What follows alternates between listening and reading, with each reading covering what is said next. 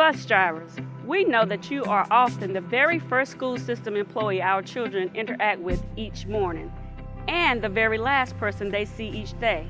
You provide a critical service to our community. You not only drive our children to and from school every day, you keep them safe, and you make an impact on their lives each and every day, one caring conversation at a time. For that, we cannot thank you enough.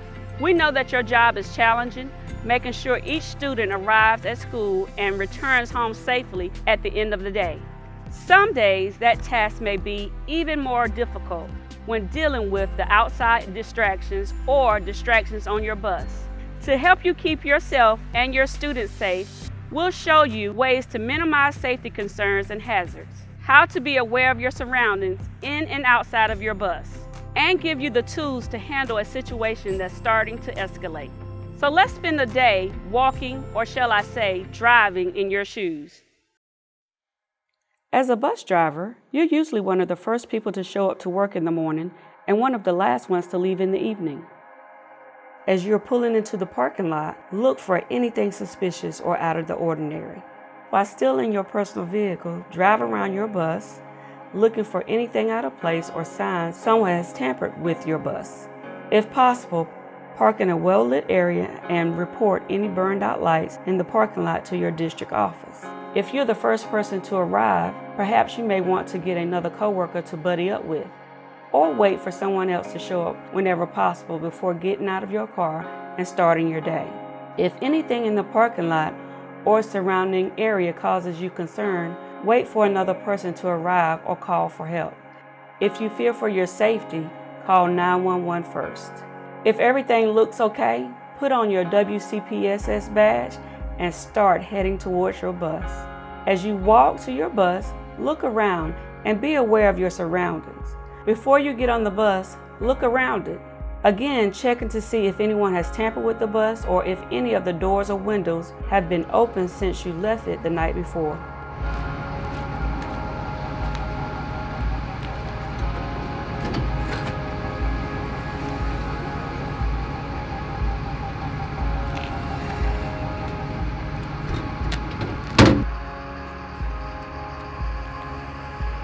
Once you open the bus door, turn the interior lights on or use a flashlight to scan the bus again to make sure no one is on the bus. Check the floors and all the seats.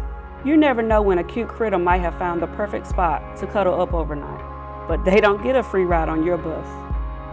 If something has happened to your bus overnight, report it immediately to your supervisor. Again, if it's something that makes you nervous, protect yourself first. Go back to your car or even drive to a well-lit, safe location and then make the call. If everything looks normal and passes your morning inspection routine, it's time to roll out and pick up your precious cargo. As you're pulling out, always keep looking around for anything suspicious or out of the ordinary. You can never be too careful.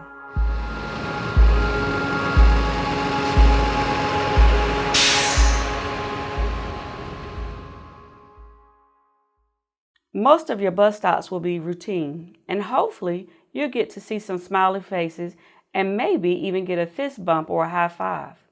Remember, you always need to look around for anything out of the ordinary that might cause you concern. What if you notice a suspicious vehicle or a person at a bus stop? What if you suspect someone at or near a bus stop is using drugs? Be mindful to get a thorough description of the suspicious person or activity while stopped and report it to your supervisor. However, your priority is keeping yourself and your students safe. We hope you don't face a situation like this, but if you don't feel safe, you don't have to stop, even at a scheduled bus stop.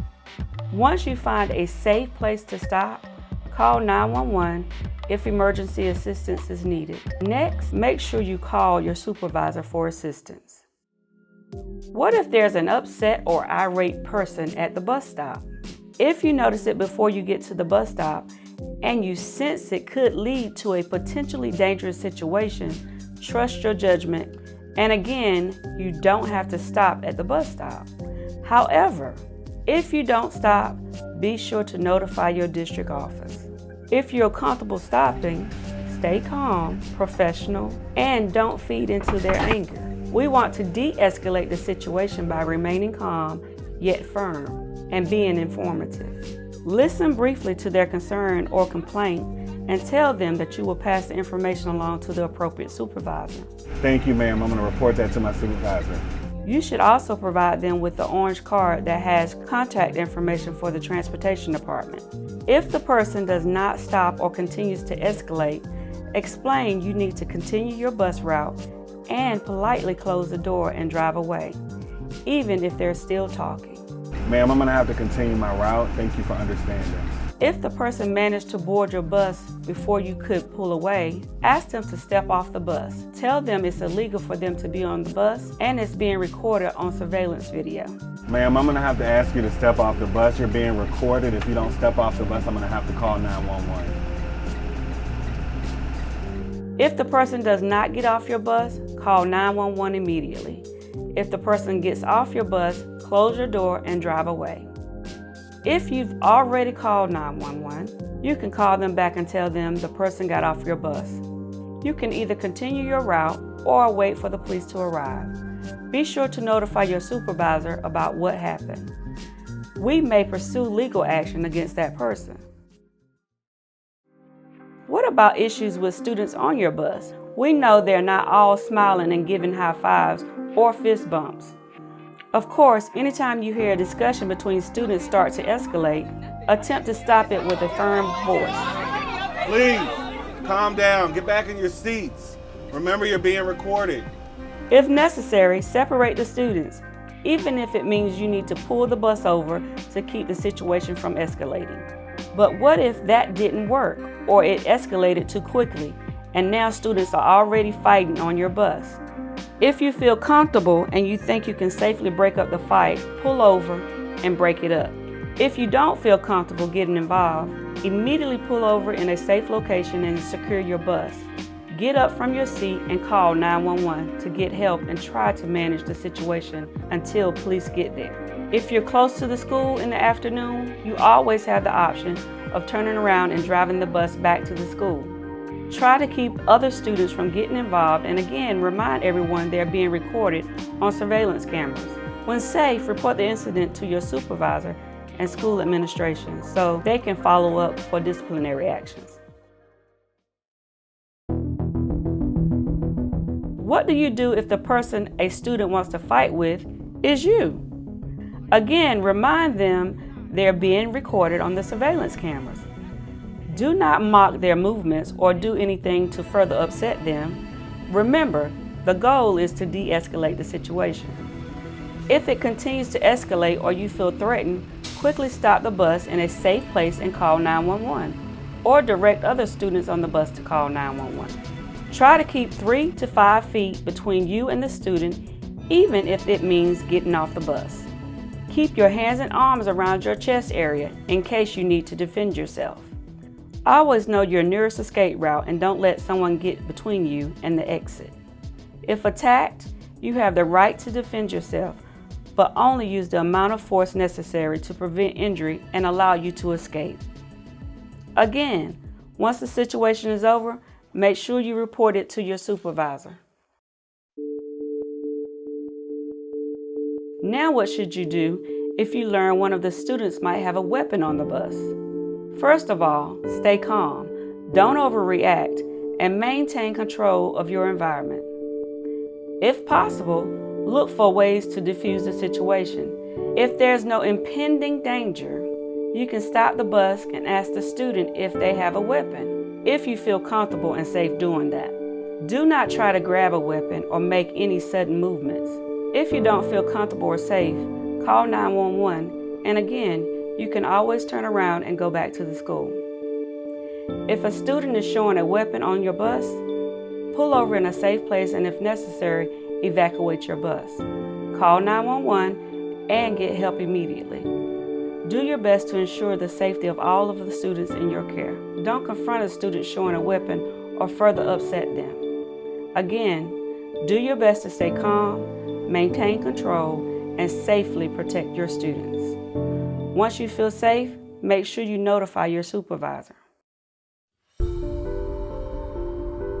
Another situation you may encounter is being at a school to pick up or drop off students and finding out the school is on lockdown.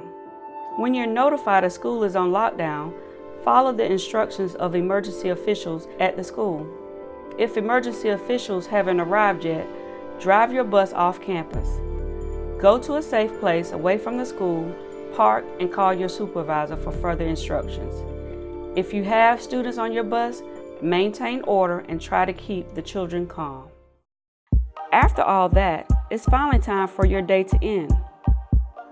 When you pull in the bus parking lot, look around for anything that looks suspicious or out of the ordinary. If possible, park your bus near a street light to make it safer in the dark.